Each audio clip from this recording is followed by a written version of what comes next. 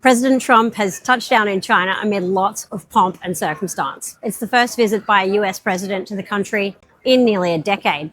And here's the thing, this week's Trump-Xi summit is about much more than just diplomacy. Of course, the headlines are focused on Iran, Taiwan, trade, AI, and energy security.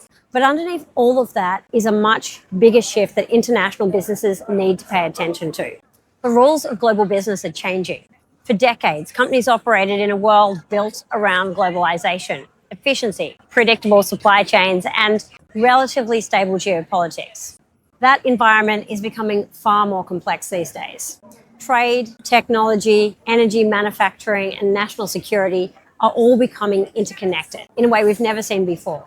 And that means that geopolitical events are no longer separate from business strategy. They are business strategy. What's especially interesting about this summit is the changing dynamic between the US and China. The United States is going into these talks dealing with growing instability in the Middle East and the economic pressure that creates globally.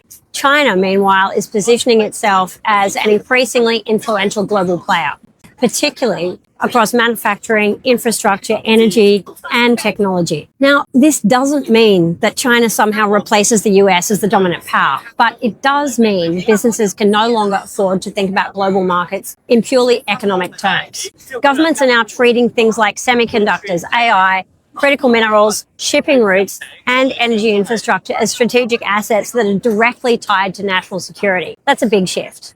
And Taiwan is a perfect example of why this matters. Taiwan sits at the center of the global semiconductor industry. And so any instability there wouldn't just be a political issue, it would affect technology production, manufacturing, supply chains, and the global economy more broadly. And that's why geopolitical literacy is becoming a core leadership capability, because companies now need to understand how political tensions can directly shape commercial outcomes in reality.